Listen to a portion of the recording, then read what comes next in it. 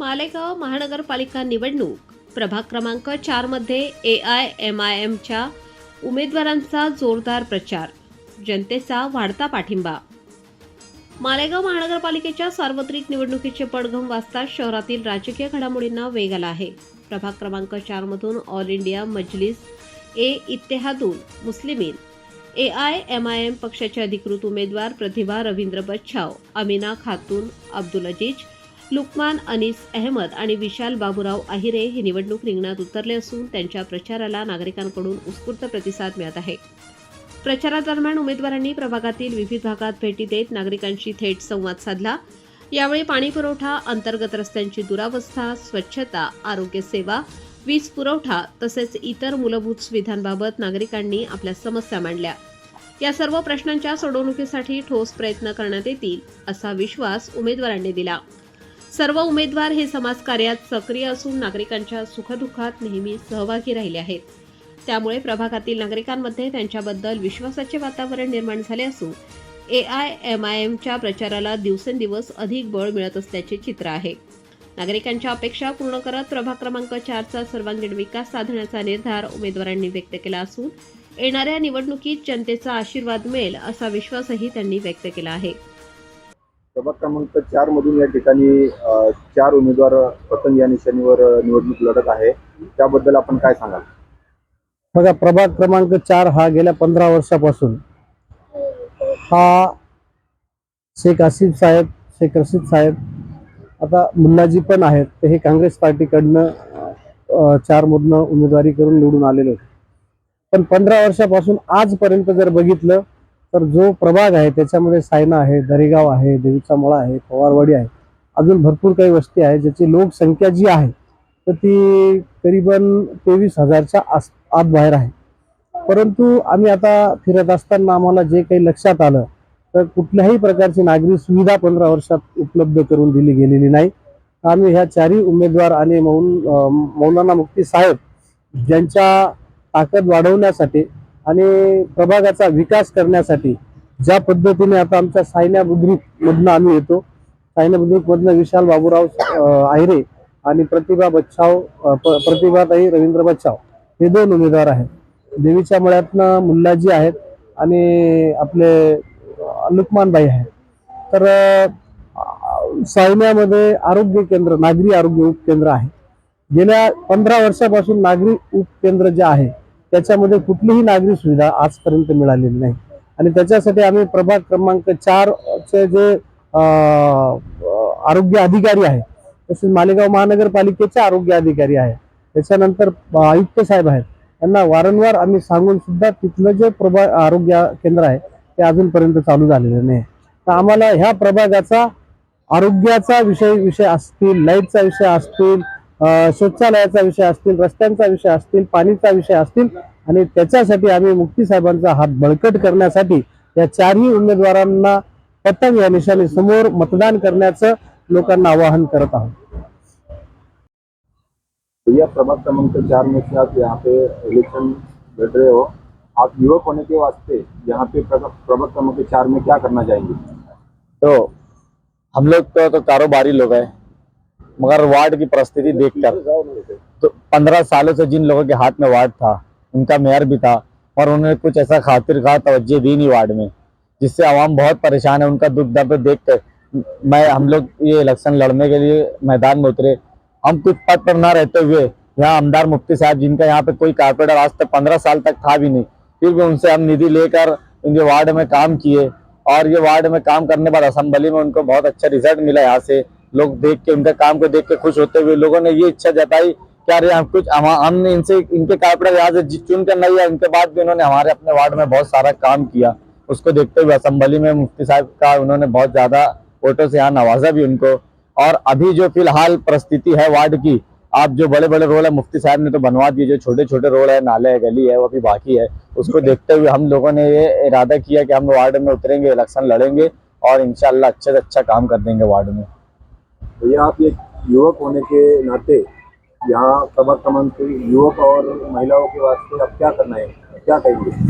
पहली बात तो देखो, यहाँ पे ना कोई महिला के लिए सोचता है, ना कोई युवक के बारे में सोचता है। हमारे सब गरीब बस्ती है, यहाँ पे बच्चे 10वीं पढ़ लेते हैं तो बस उनकी माँ बाप को फिक्र रहती है कि मेरा बच्चा कहाँ जाएगा, खाने कमाए, कौन से कारखाने में काम करेगा, कौन से कारखाने में मजदूरी करेगा।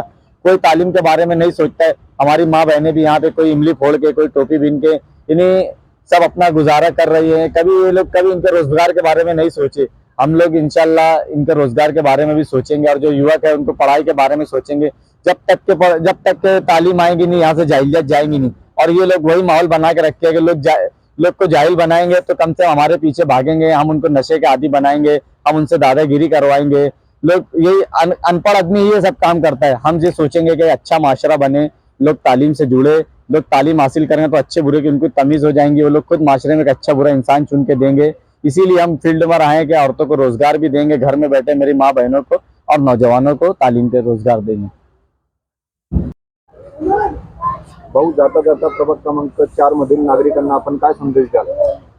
प्रभाग क्रमांक 4 मालेगाव प्रभाग क्रमांक 4च नाही तर पूर्ण वार्ड जेवढे असतील मुस्लिम एरियांमध्ये तेवढ्यांना सर्वांना एकच आवाहन करतो मी की MIM पार्टीला तुम्ही भरभरून मतदान करा। तुमच्या ज्या पण काही मूलभूत गरजा असतील, पाण्याची सुविधा, लाईट, गटार, रोड, या आणि हक्काने तुमचा हा प्रश्न तुमचा कोणीतरी हक्काचा माणूस महानगरपालिकेत पोहोचेल, जेणेकरून तुम्हाला त्याच्या मार्गदर्शनाने किंवा त्याला सांगता येईल की आमचं हे काम अडकलंय, तुम्ही करा। घरपट्टीचा इश्यू आहे, नळपट्टीचा इश्यू आहे, या सर्व गोष्टींसाठी कृपया तुम्ही आम्हाला मतदान करा, भरभरून करा। आम्हालाच नाही तर MIM पार्टी मालेगाव जिथेही कानाकोपऱ्याला असेल त्या पूर्ण MIM पार्टीला भरभरून मतदान करा, एवढीच मी विनंती करतो मतदान राजांकडे। बस एवढं आव्हान करतो की तुम्ही भरभरून मतदान करा। येत्या 15 तारखेला वार गुरुवार आहे, सकाळी सर्वांनी लवकरात लवकर मतदान करा, कारण आपल्या मालेगावात बोगस वोटिंग टाकायचा जास्त प्रयत्न राहतो। कारण आमचा सायने बुद्रुक गावातून 3300 मतदानाचा बूथ म्हणजे घडीभर 3292 हा ट्रान्सफर केला गेला होता। विधानसभेला आमच्या गावात मतदान झालं, लोकसभेला आमच्या गावात मतदान झालं, पण आता या निवडणुकीत महानगरपालिकेच्या निवडणुकीत कुठेतरी कट रचून आमचं पूर्ण मतदान मालेगावात 1000 खोलीत टाकण्यात आलं होतं।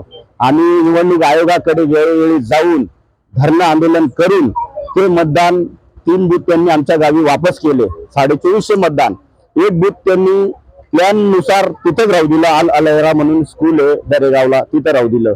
त्याच्यासाठी अरविंद भाऊ मगरे, अशोक शिंदे, नंदू सावंत, दादाजी भाऊ, आपले रवी भाऊ, मी स्वतः विशाल बाबूराव आयरे, मुल्लाजी, लुकमान भाई आणि रात्रंदिवस तिथे ठिया मांडून बसलो की आमचा बूथ आमच्या गावातच लागला पाहिजे। आता गव्हर्नमेंटचा नवीन GR आला होता मतदान निवडणूक आयोगाचा की आम्ही एक बूथला फक्त 850 मतदान करू आणि आधी तिथे 1050 होत होतं। मग त्यांनी डोकं वापरून नाही काम केलं की 850 करतोय तर त्या बूथ मधलं उरलेलं मतदान कुठे करायचं। त्यांनी ते सर्व मतदान उचलून दुसऱ्या वार्डामध्ये टाकून दिलं किंवा दुसऱ्या म्हणजे आमच्या गावातनं साधारणतः त्या गोष्टीला 6 किलोमीटर अंतर पडत होतं जिथं मतदान करायचं होतं तिथं। आणि आमच्या गावातून येताना मालेगावला त्या मतदान केंद्रावर ब्रिजचं काम चालू होतं, ट्रॅफिक लागते वेळोवेळी। मतदान निवडणूक आयोग वेळोवेळी संदेश देतो की बुवा मतदान राजा जागृत व्हा, मतदान करा, मतदान वाढवा आणि कुठेतरी कट रचून आमचंच मतदान आम्हाला न पडो म्हणून कुठेतरी कट रचून त्यांनी प्रयत्न केला होता। पण ते आम्ही हाणून मोडलं सर्वांच्या सहकार्याने आणि आंदोलन केलं आणि निवडणूक आयोग साहेब, आयुक्त साहेब, तहसीलदार साहेब यांनी आम्हाला मदत करून ते बूथ आमच्या गावात वापस केले। याच्या बदला ते पण धन्यवाद करतो। आणि येत्या 15 तारखेला सर्वांना विनंती आहे की तुम्ही भरभरून मतदान करा, बस एवढी विनंती। भाऊ, प्रभाग क्रमांक 4 मधून आपण या ठिकाणी निवडणूक लढवत आहात, आपल्याला या ठिकाणी प्रचाराला सुद्धा चांगला प्रतिसाद मिळत आहे, त्याबद्दल काय सांगाल आपण? आम्ही मालेगाव महानगरपालिका प्रभाग 4 येथून 4 MIM पक्षाने उमेदवारी आम्हाला दिलेली आहे आणि प्रचार करत असताना आम्हाला खूप प्रतिसाद भरभरून मिळत आहे। पण नाराजगी एवढीच होते आमची की आम्ही ज्या वार्डात जातोय 20 वर्षापासून कॉर्पोरेशन ज्यांच्या ताब्यात होती त्यांनी कुठलाही विकास न केल्यामुळे लोकांच्या चेहऱ्याकडे बघून आम्हाला नर्वस फील होते की ते आमच्याकडे जेव्हा आम्ही जातो तर ते आशाने बघता की हे लोक आमच्या दरवाजावरनं जात आहेत, एक त्यांच्यात उम्मीद जागते की हे आमच्यासाठी काहीतरी करतील। पण त्यांच्या चेहऱ्यावर जे हावभाव येतात की जे पण कोणी येतं मतदान मागण्यासाठी ते फक्त असेच गाजर दाखवून निघून जातात. 5 वर्ष फिरून पाहत नाही.